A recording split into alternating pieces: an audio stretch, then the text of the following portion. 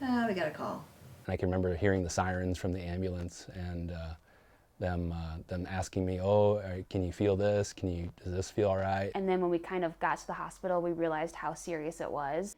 Before the most life-changing day in David's life, he thought he had his career path figured out. I wanted to be like a finished, like furniture maker, but I had to start somewhere, and that was kind of, being out in the element and making homes and doing rough construction. While working on a roof on the morning of June 6, 2003, that all changed. I remember waking up on the ground, because I remember that it was raining that morning, and I could remember my eyes were being hit by raindrops.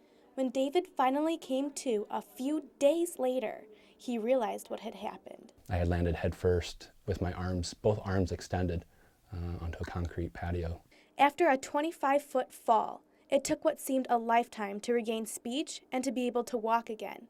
It took a toll on his family as much as it did on him. To see him for a good year and a half be a completely different person was really difficult. I found myself finding a room that nobody was in, and I just sit there and cry. Because things were happening. It was one thing after another, and you thought, when are these different horrible things going to stop? And then eventually they did.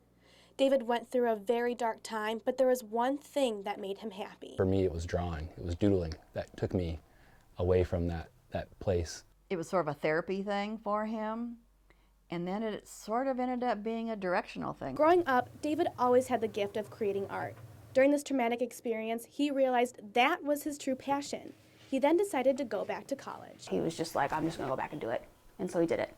And it turned out to be awesome. It was the best path he could have ever chosen. David got his master's at Illinois State University and is now an art professor. He continues to have art shows all over the country. I just continue to kind of invent myself as an artist. For TV10, I'm Michelina McHale.